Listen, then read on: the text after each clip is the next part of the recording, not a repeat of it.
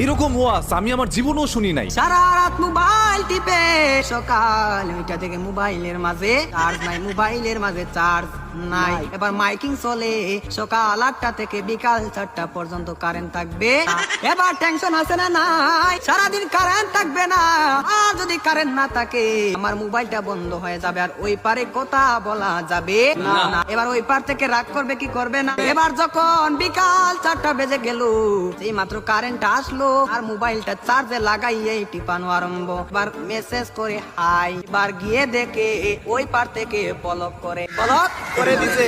এবার ছেলেটা তো টেনশনে আছে, আরে ব্লক করে দিল, আমাদের তো ভালোবাসা কোথায় গেল।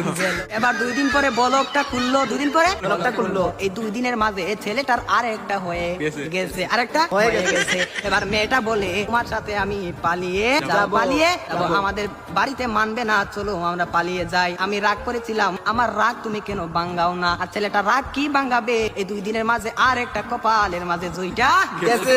ওই মেয়েটা বলে চলো আমরা পালিয়ে যাই, ছেলে বলে চলো। এবার ছেলেটা মনে মনে ভাবে তোমার একটা শিক্ষা দিতে হবে। এবার মেয়েটা সকালে স্টেশনের মাঝে গাড়ি গুটি লইয়া রেডি। এবার ছেলেটা তো আসে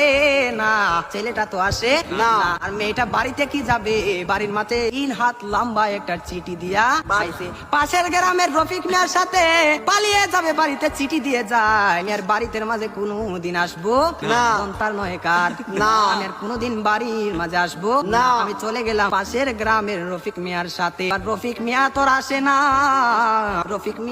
আর আসে না, এবার 1 ঘন্টা চলে যায়, 2 ঘন্টা চলে যায়, ছেলেটার মোবাইলে বন্ধ। মেয়েটা তো আর বুঝার বাকি হলো না, আমাকে চলে গেল ছাড়িয়ে, আমাকে ফাঁকি দিল, এখন তো মরা ছাড়া কোনো উপায় নেই। পরের দিন সকালে মাইকের মাঝে আওয়াজ শোনা যায়, সকলে পড়ি